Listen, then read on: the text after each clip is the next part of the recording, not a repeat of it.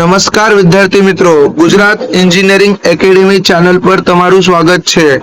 તો આજે આપણે વાત કરવાના છે એનએસપી પ્રગતિ સ્કોલરશિપ 2026 ઉપર, જે છોકરીઓ માટે છે। કોને માટે? ગર્લ્સ માટે છે, ઓનલી ફોર ગર્લ્સ માટે છે। કમ્પ્લીટ ગાઈડ 2026 ના લેટેસ્ટ અપડેટ્સ આપણે એમાં આપવાના છે અને પ્રસ્તુત છે ગુજરાત એન્જિનિયરિંગ એકેડેમી દ્વારા। તો આપણે શરૂ કરીએ। તો what is NSP Pragati scholarship? NSP Pragati scholarship છે શું? તો એનએસપી પ્રગતિ સ્કોલરશિપ છે ગુજરાત ગવર્મેન્ટ ઓફ ઇન્ડિયાનો એક ઇનિશિયેટિવ છે, જેમાં એઆઈસીટીઈ દ્વારા ટેકનિકલ એજ્યુકેશન ડિગ્રી અને ડિપ્લોમા વાળા છોકરીઓને 50,000 રૂપીસ મળે છે પર યર। તો ઓબ્જેક્ટિવ શું છે એના ઓબ્જેક્ટિવ મુખ્ય હેતુઓ શું છે?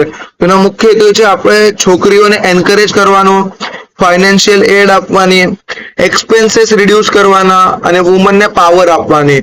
આ એના કી ઓબ્જેક્ટિવ્સ છે, બરાબર। સ્કોલરશિપ બેનિફિટ અને અમાઉન્ટ। સ્કોલરશિપમાં કેટલું બેનિફિટ અને અમાઉન્ટ તમને મળવાનું છે? તો સ્કોલરશિપમાં તમને મળવાનું છે 50,000 પર એનમ। એવરી યર તમને 50,000 રૂપીસ મળશે।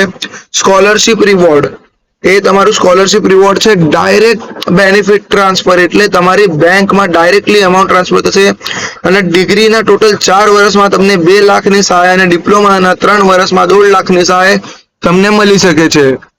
સ્કોલરશિપની ડ્યુરેશન અને એલિજિબિલિટી શું છે?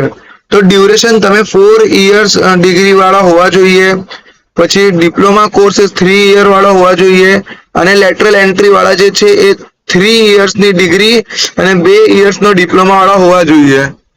એને પછી એલિજિબિલિટી ક્રાઇટેરિયા શું છે? આ ફક્ત અને ફક્ત છોકરીઓ માટે છે, only for girl student. AICTE approved institute હોવો જોઈએ, જે જીટીયુ ના અંડર જે જેટલા બી ઇન્સ્ટિટ્યૂટ છે એ મેક્સિમમ એઆઈસીટીઈ અપ્રુવડ છે। પછી ડિગ્રી અને ડિપ્લોમામાં એડમિશન હોવો જોઈએ, તમારી ફેમિલી ઇન્કમ 8 લાખથી ઓછી હોવી જોઈએ અને મેક્સ 2 ગર્લ્સ પર ફેમિલી હોવા જોઈએ। એના પછી હુ કેન અપ્લાય કોણ કરી શકે છે? તો તમે જોઈ શકો છો એન્જિનિયરિંગ વાળા છોકરાઓ, ડિપ્લોમા વાળા છોકરાઓ, ફાર્મસી વાળા છોકરાઓ, આર્કિટેક્ચર વાળા છોકરાઓ, મેનેજમેન્ટ વાળા છોકરાઓ, અપ્લાઇડ આર્ટ્સ વાળા છોકરાઓ એમાં અરજી કરી શકે છે। આ બધી જે છે એ એલિજિબલ બ્રાન્ચેસમાં આવી જાય છે। એના પછી ડોક્યુમેન્ટ રિક્વાયર્ડ, સૌથી આઈએમપી પાર્ટ, સૌથી આઈએમપી પાર્ટ શું છે? આધાર કાર્ડ તમારું હોવું જોઈએ, બોનાફાઇડ સર્ટિફિકેટ તમારા કોલેજમાંથી તમને મળેલું હોવું જોઈએ, બેંક પાસબુક જે આધાર કાર્ડને સીડેડ છે એ બેંક પાસબુક તમારા પાસે હોવી જોઈએ, કરંટ યરની ટ્યુશન ફીની રિસિપ્ટ તમારી પાસે હોવી જોઈએ, કોલેજનો એડમિશન એલોટમેન્ટ રિઝલ્ટ તમારા પાસે હોવું જોઈએ, એન્યુઅલ ઇન્કમ સર્ટિફિકેટ 8 લાખથી ઓછું હોવું જોઈએ અને એ વેલિડ હોવું જોઈએ, 10th અને 12th ની માર્કશીટ હોવી જોઈએ। અગર તમારા પાસે 12th ની માર્કશીટ નથી, તમે લેટરલ એન્ટ્રીથી જાઓ છો, તો તમારે પાસે ડિપ્લોમાની માર્કશીટ હોવી જોઈએ। એના પછી પાસપોર્ટ ફોટો, મોબાઈલ નંબર અને ઈમેલ આઈડી તમારા પાસે હોવી જોઈએ। પછી application process step by step. સૌથી પહેલા વિઝિટ એનએસપી, બરાબર। એનએસપી ના જે વેબસાઇટ પર છે એના ઉપર જવાનું, રજીસ્ટર કરવાનો, તમારી પ્રોફાઇલને ફિલ કરવાનો, જે ડોક્યુમેન્ટ્સ છે એ અપલોડ કરવાના, તમારું જે સબમિટ છે ફાઇનલ ફોર્મ છે જે એને સબમિટ કરવાનો અને વારે ઘડી ટ્રેક કરતા રહેવાનું, એટલે 2 દિવસમાં 3 દિવસમાં 2 દિવસમાં 3 દિવસમાં ટ્રેક કરતા રહેવાનું। એના પછી સિલેક્શન પ્રોસેસ અને વેરિફિકેશન શું છે? તો તમારું મેરિટ પ્રિપેર થશે 10th અને 12th અને ડિપ્લોમાના બેઝ પર, બરાબર। ઇન્સ્ટિટ્યૂટ વેરિફિકેશન થશે, એના પછી ડીટી અને સ્ટેટ લેવલનો અપ્રુવલ મળશે, ત્યારે જઈને તમને ડાયરેક્ટ ડીબીટી એટલે ડાયરેક્ટ તમારા બેંક અકાઉન્ટમાં આખા પૈસા આવશે। અને એ once AICTE approved ₹50,000 has been successfully credited in your account, એટલે 50,000 રૂપીસ તમારા અકાઉન્ટમાં સક્સેસફુલી ક્રેડિટ થઈ જશે। ઇમ્પોર્ટન્ટ પોઈન્ટ્સ ટુ રિમેમ્બર, કયા પોઈન્ટ છે? સિંગલ ગવર્મેન્ટ બેનિફિટ છે, બરાબર, અને આધાર સીડેડ બેંક અકાઉન્ટ હોવો જોઈએ તમારું। મેં કેટલી વાર કહું છું, બેંક અકાઉન્ટ આધાર સીડેડ હોવો જોઈએ, ત્યારે જઈને તમને બેનિફિટ મળશે। Common mistakes two avoid, blurry documents, આમ નહીં કે ઘાઈમાં તમે લોકો પછી બ્લરી ડોક્યુમેન્ટ્સ મૂકી દો છો, એવું નહીં ચાલે। તમને ડોક્યુમેન્ટ્સ એકદમ પ્રોપર મૂકવા જોઈએ, નહીં તો તમારું ફોર્મ રિજેક્ટ થઈ શકે છે। અનસીડેડ બેંક એકાઉન્ટ તમારું નહીં હોવું જોઈએ. લાસ્ટ મિનિટ અપ્લાય નહીં કરતા, વારે ઘડી લેટ નહીં કરતા, પહેલા જ કરી દેવાનું. પછી રોંગ નંબર, એનરોલમેન્ટ નંબર, આ બધું જોઈને નાખવાનું. FAQs ફ્રીક્વન્ટલી આસ્ક્ડ ક્વેશ્ચન, તમારા દ્વારા વારે ઘડી પૂછવામાં આવેલા questions.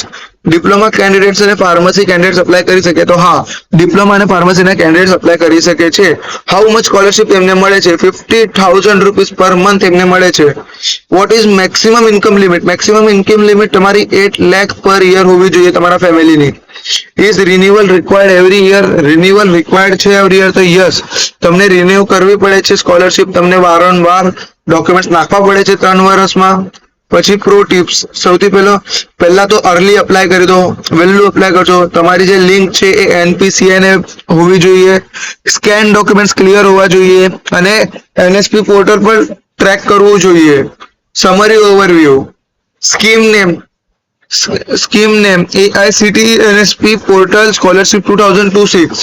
Scholarship amount ₹50,000 per annum direct તમારા બેંક એકાઉન્ટમાં. Eligibility target, meritorious girl student in AICTE approved institution, જે મેરિટમાં આવે એ છોકરીઓ. ફેમિલી ઇન્કમ લિમિટ 8 લાખથી ઓછી હોવી જોઈએ. નેશનલ સ્કોલરશિપ પોર્ટલ scholarship.government.in પર તમે અપ્લાય કરી શકો છો. ધન્યવાદ, તમારું આભાર. અને અમારા ચેનલને સબસ્ક્રાઇબ કરી લેશો. આવી જ માહિતી માટે ગુજરાત એન્જિનિયરિંગ એકેડેમીને સબસ્ક્રાઇબ કરી લેશો. અને એક મહત્વની સૂચના કે તમે અપ્લાય કરતા પહેલા તમારા 80% હોવા જોઈએ અગર તમે જનરલ કેટેગરીના હો, અને તમારા 60% હોવા જોઈએ અગર તમે SC કેટેગરીના હો.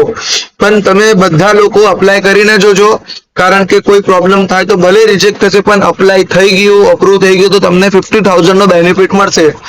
ધન્યવાદ. આખિર સુધી જોડાતા રહેશો. Thank you.